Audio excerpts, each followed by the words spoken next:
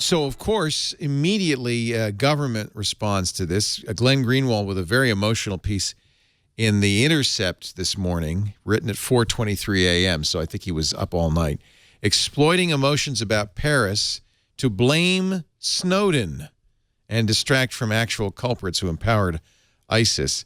Isn't that, it's almost shameful that a variety of news people, government officials, he says former Bush-Cheney apparatchiks, people with deep ties to private NSA contractors, all saying, hey, thank you, Snowden. When, of course, as Glenn points out, Snowden didn't tell the bad guys anything about how we observe them. He let us know that we were also in the electronic dragnet. And anybody who saw Zero Dark 30 knows that even Osama bin Laden, as early as 2003, knew not to use the cell phone or the internet. Terrorists know that. Here's an article, February 5th, 2001, USA Today. Terror groups hide behind web encryption. We're going to see attacks on encryption now that are just... It's already started. Yep, it has. New York Police Chief Ben Bratton, let me see if I can find that article, says, well, you can bet that the bad guys in Paris were communicating. I'd like to know what kind of phones they had because they were communicating with encrypted technology. They're just one more dark. So actually, the latest, I don't know if they're rumors or substantiated, but they're apparently, it's mentioned as a possibility. So good luck to the police chief. Apparently, the latest rumor is that they were using the PlayStation network on PlayStation 4. Oh, that's not the first time I've heard that that's been done before. Mm-hmm. Interesting. Yeah, they're not being monitored as, I guess just people didn't think of it. But I'm sure that now people, the government officials are going to go knock on Sony's and Microsoft's door and try to get some visibility into that as well. But obviously, I think the issue is they're always going to find something else or use some encryption that it's easy to do it. The problem that we're being faced with now, there are a couple of things. First of all, after the Charlie Hebdo attacks, there was a very strong movement in the French government to try and empower the police forces to have access to more information on everyone. And, basically formalizing and legalizing, I think, what they had been doing for a while anyway. So that's why they were pushing it so much. That's the way I look at it. And it did go through. So I don't know what more they could be doing.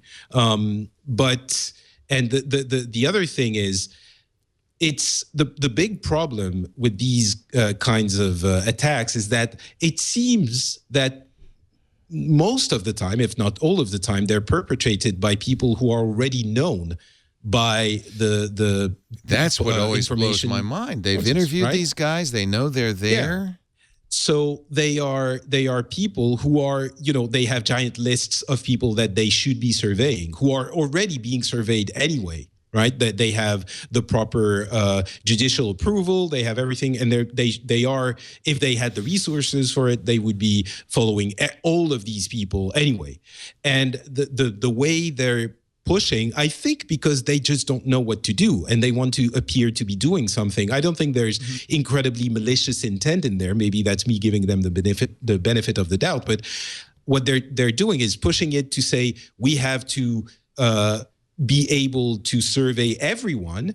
But really, I'm not sure how efficient it would be because the people that need to be surveyed they already know who they are and they have the right to survey them anyway. So that's where the disconnect comes from. And that's where people think, although I have to say, and I'll finish on this, when I heard about the attacks immediately, as tech literate as I am, I had a few minutes of, I thought, and I have been fighting those laws very, publicly to my the best of my ability. I've been saying they are bad laws. But for a few minutes, I was thinking, you know what, just let them spy on everyone. I give up. If there's a modicum of a fraction of a percent that it will help, let them do it. And then, I had to remind myself that it actually It's tempting. doesn't matter. It just doesn't matter. It's so tempting. imagine people who don't know.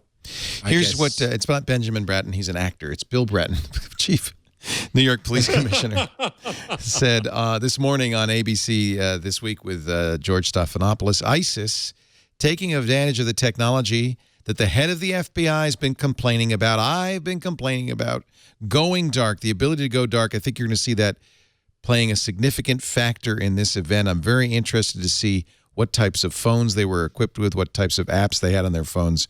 Were they, in fact, even in communication with each other at all? And then on Face the Nation, I guess he was making the rounds. He said, these apps, these devices that now allow these terrorists to operate without fear of penetration by intelligence services. This is the first example of this, which, of course, is not true.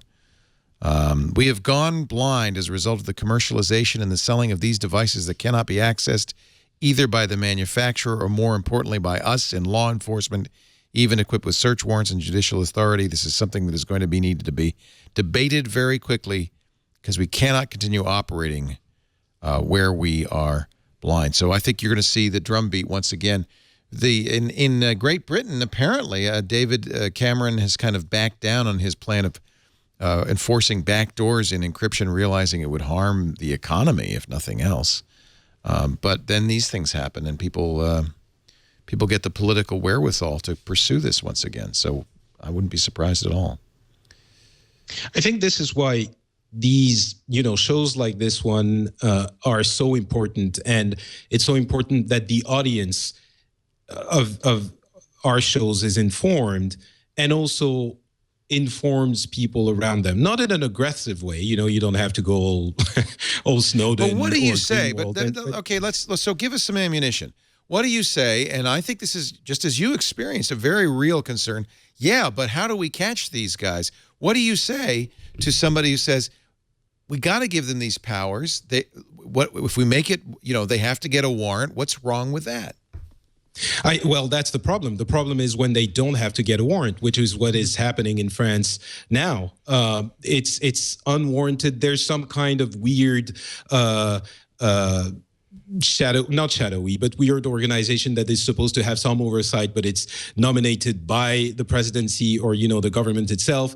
There's no counterpower there. And they are able, in theory, to absorb all of the information and to basically do what the NSA and other intelligence organizations have been doing in the U.S. and that has been exposed by Snowden.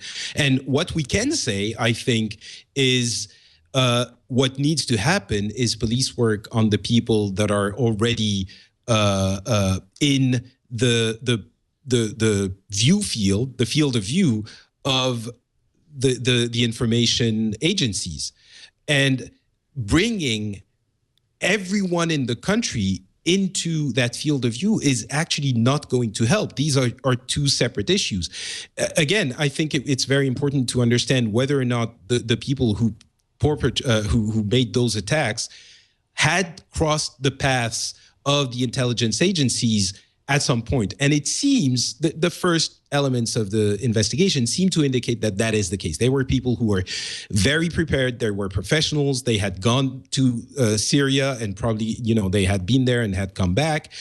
That's the first elements that we've seen. So really, when you're expanding the power of these agencies to gather information from the entire country and people who have no relationship with these specific people, you're not helping at all. You're just making everyone's life, you're just attacking everyone's privacy. And if the issue is that you have to be able to be more, to get access to information faster and more efficiently, that's not a problem. I think we're all in agreement that that should happen. If you have someone that you're gathering information on that calls someone else or that has some kind of contact with someone else and you want to have information on that person, sure, just, get a warrant or even get a special powers or something and get their information very quickly. That's fine. But and we've talked about this, and Devindra, you probably can comment on this. It's also dangerous to put back doors in this stuff for other reasons, right? I mean, for sure. Like other hackers could get access to those backdoors as well.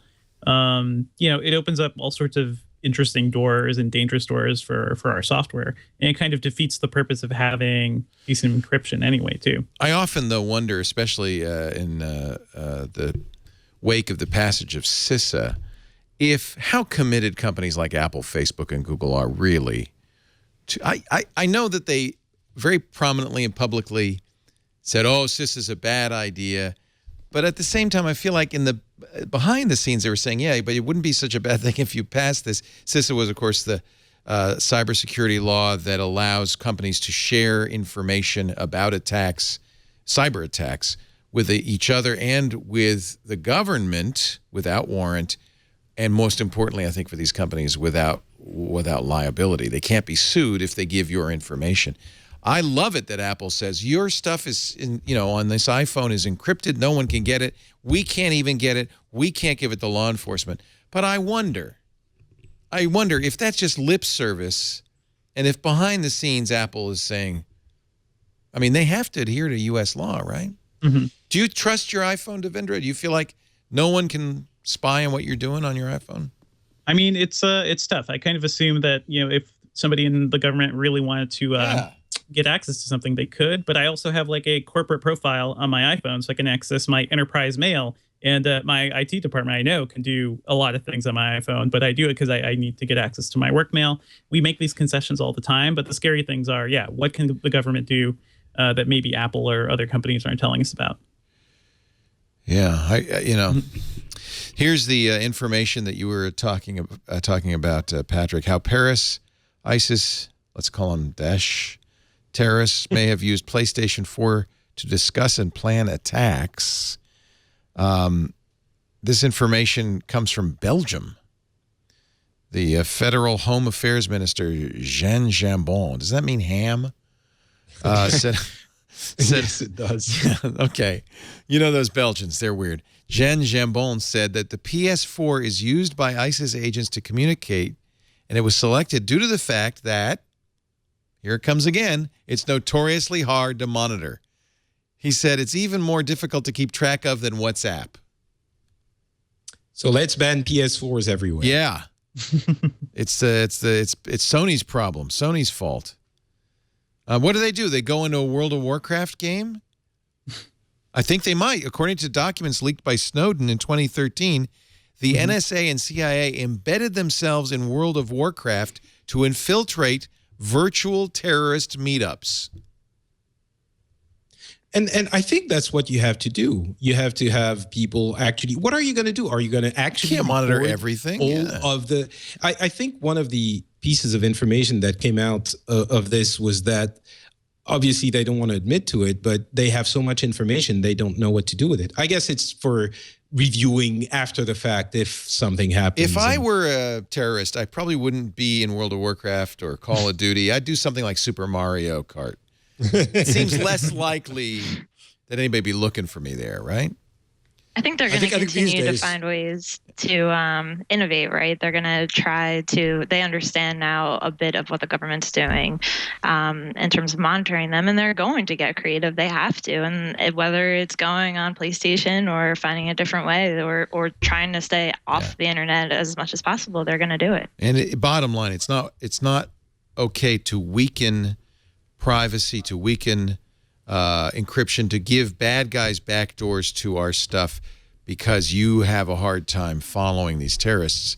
Right. It doesn't matter. You're still going to have a hard time anyway. Yeah. I think they're just going to go back to phones. They're going to call each other on the phone. And, for crying out loud, say, on the wire. When was the wire? Yeah. Even the bad guys on the wire knew you don't talk on the phone. For crying out loud. They'll use Windows phones. Nobody would ever guess that.